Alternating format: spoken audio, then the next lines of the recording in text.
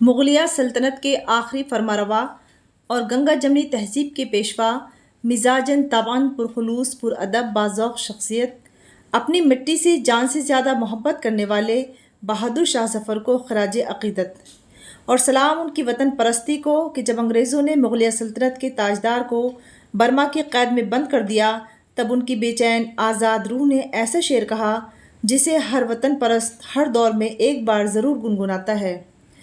آپ کی غزلوں پر اہل ذوق افراد نے اس قدر توازمائی کی کہ بہادر شاہ ظفر کو بھلے ہی انصاف نہ ملا ہو، مگر آپ کے کلام کو انصاف اور حق ضرور ملتا رہا ہے۔ مغلیہ سلطنت کے آخری چراغ کا یہ روشن کلام سماعت فرمائیں۔ لگتا نہیں ہے جی میرا اجڑے دیار میں، لگتا نہیں ہے جی میرا اجڑے دیار میں، کس کی بنی ہے عالم ناپائیدار میں۔ بلبل کو باغباں سے نہ صیاد سے گلہ، بلبل کو باغباں سے نہ صیاد سے گلہ، قسمت میں قید لکھی تھی فصل بہار میں۔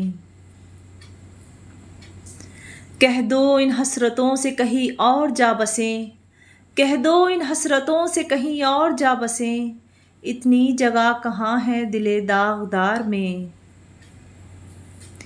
ایک شاخ گل پہ بیٹھ کے بلبل ہے شادماں، ایک شاخ گل پہ بیٹھ کے بلبل ہے شادماں، کانٹے بچھا دیے ہیں دل لال زار میں۔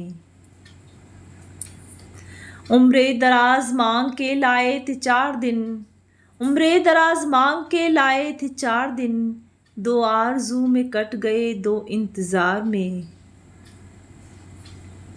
دن زندگی کے ختم ہوئے شام ہو گئی، دن زندگی کے ختم ہوئے شام ہو گئی، پھیلا کے پاؤں سوئیں گے کنج مزار میں۔